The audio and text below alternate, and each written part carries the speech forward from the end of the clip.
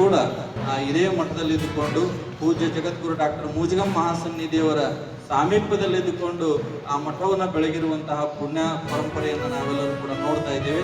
ಮತ್ತೆ ಆ ಪರಂಪರೆಯನ್ನು ಮುಂದುವರಿಸುವುದಕ್ಕಾಗಿ ತಾವೆಲ್ಲ 3 ಗುರುಗಳೇ ಶಿವಯೋಗ ಮಂದಿರದ ಅಧ್ಯಕ್ಷರೇ ನಮಗೆ ಮರಿ ಕೊಡಬೇಕು ಅನ್ನುವಂಥ ಗಟ್ಟ ಸಂಕಲ್ಪ ಏನಿದೆ, ಇದು ನಿಜವಾಗಲೂ ಕೂಡ ನಾಡಿಗೆ ಒಂದು ಒಳ್ಳೆಯ ಬೆಳಕನ್ನು ತಿಳಿಸ್ತಾ ನಿಮ್ಮೆಲ್ಲರಿಗೆ ಪೂಜ್ಯ ಸನ್ನಿಧಿಯವರ ಆಶೀರ್ವಾದ ಇರಲಿ. ಪೂಜ್ಯರ ನೂತನ ಉತ್ತರಾಧಿಕಾರಿಗಳ ಒಂದು ಕಾಯಕ ಮತ್ತು ದಾಸೋಹ ಮತ್ತು ಪ್ರವಚನ ಸಂಘಟನೆ ಇವುಗಳ ಮೂಲಕ ಮತ್ತೆ ಆ ಮಠದ ಕೀರ್ತಿ ನಾಡಿನ ತುಂಬೆಲ್ಲ ದಶದಿಕ್ಕುಗಳಲ್ಲಿ ಪಸರಿಸುವ ಹಾಗೆ ಆಗಲಿ. ಆನಗಲ್ಲು ಕುಮಾರ ಶಿವೇಗಳವರು, ಬಸವಾದಿ ಶಿವಶರಣರು, ಕರ್ತೃ ಜಗದ್ಗುರು ಗುರುಸಿದ್ದೇಶ್ವರರು ಆ ಎಲ್ಲ ಶಕ್ತಿಯನ್ನು ನೀಡಲಿ ಅಂತ ಆಶಿಸಿ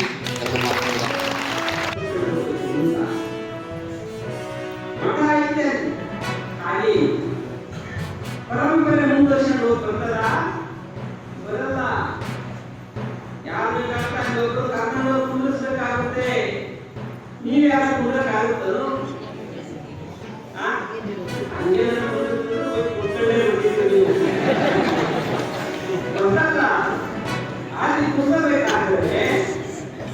ಅಲ್ಲಿ ಕುಂದಬೇಕಾದ್ರೆ ಅವರು ಎಲ್ಲಿ ಗುರುಕುಲದಲ್ಲಿ ಕಲಿಸಬೇಕು.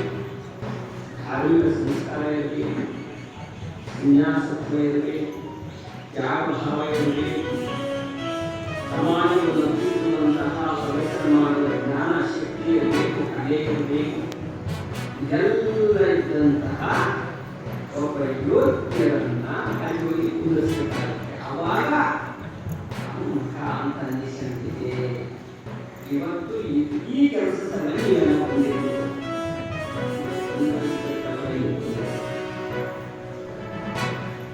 ಅದನ್ನು ಮದುವೆ ಮಾಡಬೇಕಾದ್ರೆ 3 ವರ್ಷ 4 ವರ್ಷ ಹೋಗ್ತದೆ. ಕನ್ಯೆ ಚಾಲೂ ಮಾಡಿದ 1 ವರ್ಷ ಹೋಗುತ್ತೆ, 2 ವರ್ಷ ಹೋಗುತ್ತೆ.